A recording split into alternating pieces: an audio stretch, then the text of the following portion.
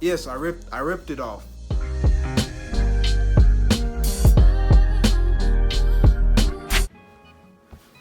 Alright. What is up, all of you awesome people? It is TheMunchBowl here, and today I'm gonna be talking about my Dreadlock Insecurities. Now, I'm not gonna take credit for this video idea. TP Locks came up with this first, I believe. I mean, that's who I saw do it first. I haven't really seen anybody else do it. Somebody else probably has done it, but I just saw it from him first. And he explained that people usually just show all the glimmer and glam and glow of their dreadlock life and dreadlock journey, but nobody really sees the hardships or anything. So I want to let y'all know this as well. My dreadlock insecurities. Now, first off, one of my dreadlock insecurities are my tips. You're probably like, what do you mean? I have some curly tips and some blunted off tips, but I feel like almost most of my tips are just frizzy. Let me find one. If you look closely, it's just kind of like frizzy at the tips. And some days it's worse than others, but it's neither curly or blunted off. It's just like frizzy at the end, which I rather have my hair at the tips curly or blunted off, because frizzy tips just kind of look, I don't know, weird. But not only that, but I'm gonna show y'all something real quick. Let me get up close, and some of y'all are going to rage so hard at this, but look at this. See that?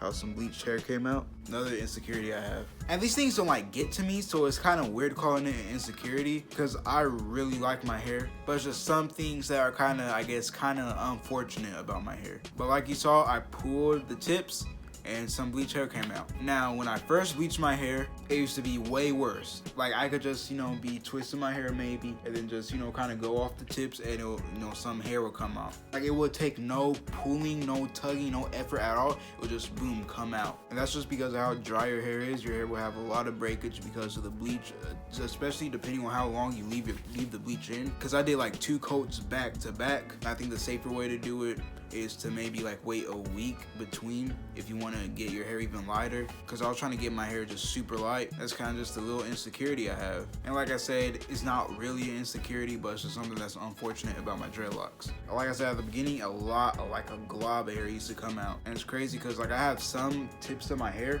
it's only about like 1 or 2 dreadlocks where it's just like completely no bleach at all almost. Let me actually try to find it. This is one of them, if you can see it. Almost no bleach at all. I don't know if it just came out like that, like I didn't put as much bleach on it, or if like that, the tips just broke off. Because I've heard of this person where their tips actually just like rubbed off. Like, I guess the tips were just so damaged that it just, kept decaying up until it got to the actual natural hair. So basically their bleached hair just shed it off. So that's, if y'all decide to bleach your hair, make sure y'all do it very carefully, because it could end up damaging your hair, which your tips are automatically damaged anyways, to be honest. That's just how dreadlocks are, but they're not like super damaged, but just make sure you take that into consideration. Another dreadlock insecurity I have is, I'm just torturing these dreadlocks in the front. Why y'all gonna get mad at this as well, but let me try to find something. Like, alright, so see this right here?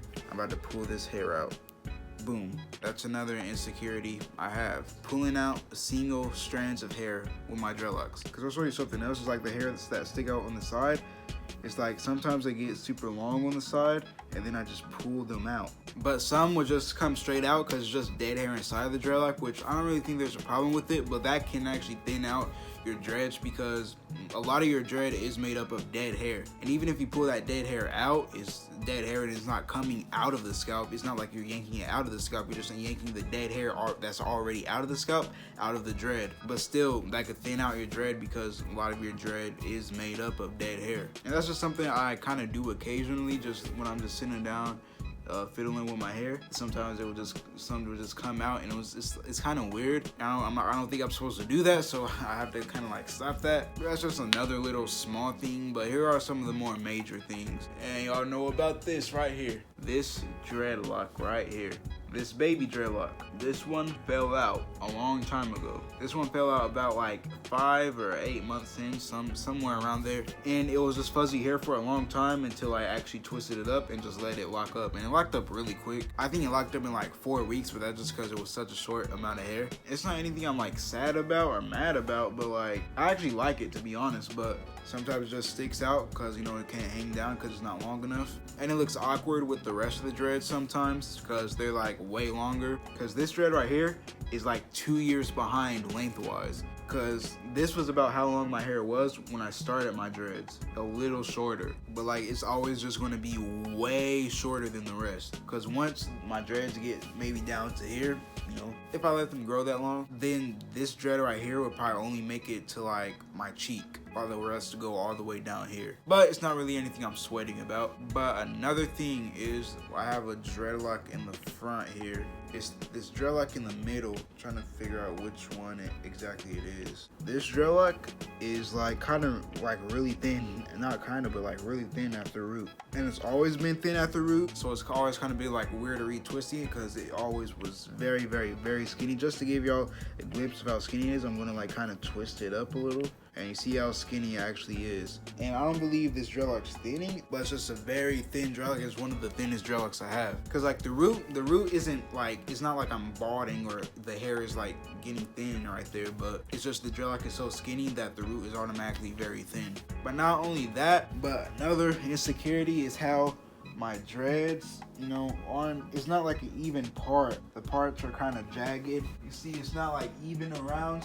And the thing about that is when it's not even, especially on this side, I think you can see it the best on this side. The parts, or the separation, is called the parietal ridge. The separation is like uneven because if you didn't know, I had kind of a full head of dreads just with a high taper, but then like 8 months in, I actually got it cut into a high top fade. But the dreadlocks already had their sections, so it was partially jagged just because, you know, the dreads weren't like perfectly sectioned in a straight line. So that's why like the separation between my faded area and the rest of my hair is kind of like jagged. And that's something I have to get used to. I can't get the cleanest looking cuts because of that, but you know, it isn't that big of a deal. But another insecurity is I had this thin dreadlock, right? Because I think maybe my barber cut into it. And by the way, I'm not bashing my barber. My barber is a really good barber. I haven't been to him in a while just because I cut my own hair now, but he's a really good barber. So I'm not saying he jacked me up or anything anytime, but like when I was starting my dreads, or it was like months into my dreads, it was like 8 months. Like I had these like really thin dreadlocks and I was like, whoa, these are really thin. So I had to, you know, two-strand twist them and combine them together, which ended up happening. But you know how at the ends, you know, it's hard to kind of like tie off the ends.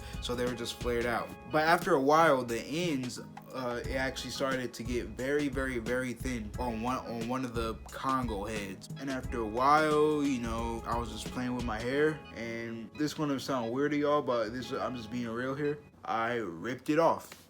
Yeah, I mean, yes, I ripped it off. I think it was this dreadlock right here that I ripped it off of. But it's like, it's such a thick dreadlock that you can't even tell that I ripped part of it off, because it's just one dreadlock now. It was a Congo, but I just ripped that really thin part off, and now it's just one dread, and it doesn't even look like I even ripped anything off of it. But yeah, that's just the cost of having, you know, pretty, you know, thin dreadlocks, or pretty skinny dreadlocks, is you might have some that are thinning and you have to combine, and just so many complications. Now this one kind of is an actual insecurity, like something that I'm almost a little insecure about. It's simply the way my hair looks. I'm semi-freeforming, so that means I'm not twisting my hair. I only twisted my hair at the beginning of this video as a demonstration to show y'all how thin the dreadlock was, but I don't twist my hair.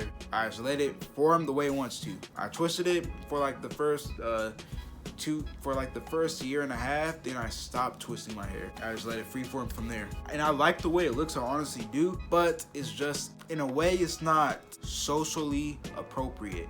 I was about to say socially acceptable, but it is acceptable, but it's just, it catches people's attention, I would say. Because, you know, if you don't have a nice, you know, cut or anything, waves, whatever, and you got freeform dreads, or even like actual freeform that's even crazier than my hair, people will look at you like, oh, whoa, what's going on with that dude's hair right there? It's accepted, but it's just like it will get you some looks. People may not hate you for it, but they will look at you and they'll be caught off guard and like, oh, whoa. And I don't really care what people think, but it's just like sometimes, like in school, I am one of the only people in that school who has dreads, and it is a pretty diverse school, so it's not like, you know, all people who, not gonna get into that.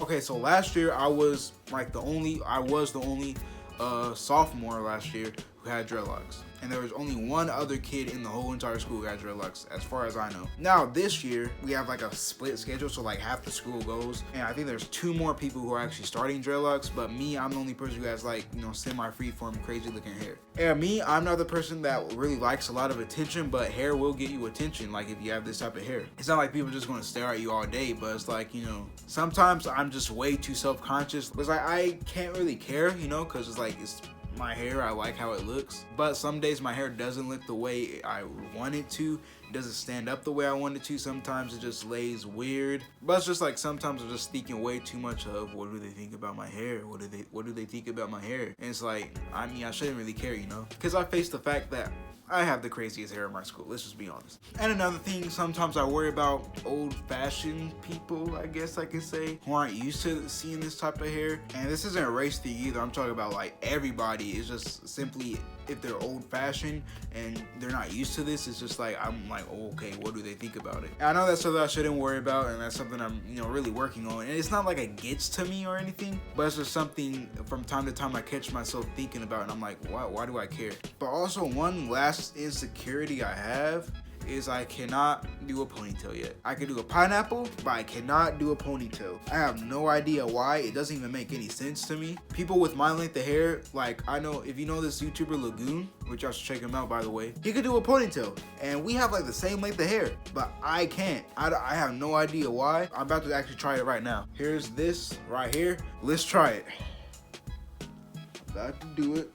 And boom, you see, I cannot get all of it to the back. Like, it just pops straight forward. And it's crazy because, like, I see people with the same length of hair as me. They can do it, but I can't. And it's like, I have no idea.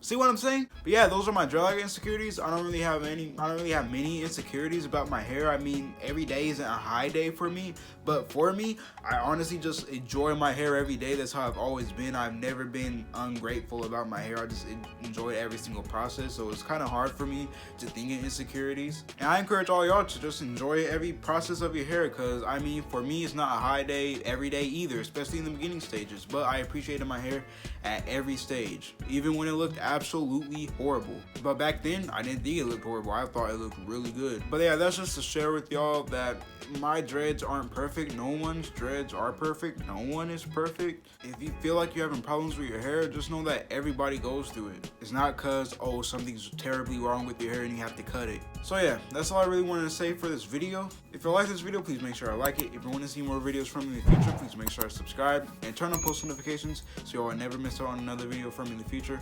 And with that being said, I love you all, and I'll see you all in the next video.